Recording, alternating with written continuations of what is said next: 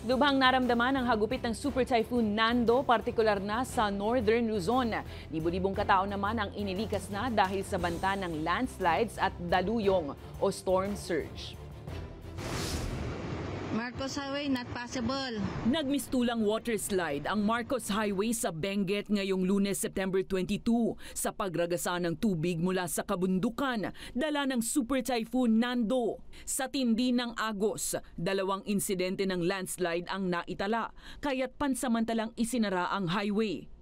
Agad namang nagsagawa ng clearing operation ng LGU at muli ring nabuksan ang kalsada. Sa Mountain Province,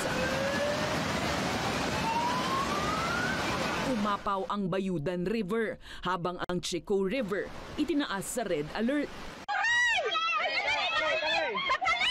Samantala sa bayan ng Santa Cruz sa Ilocos Sur, isang lalaki ang tagumpay na nailigtas mula sa rumaragasang baha. Salamat sa mga residenteng mabilis na naghagis ng lubid na kanyang nakapitan. Malakas na hangin naman ang dala ng bagyo sa bahagi ng Batanes.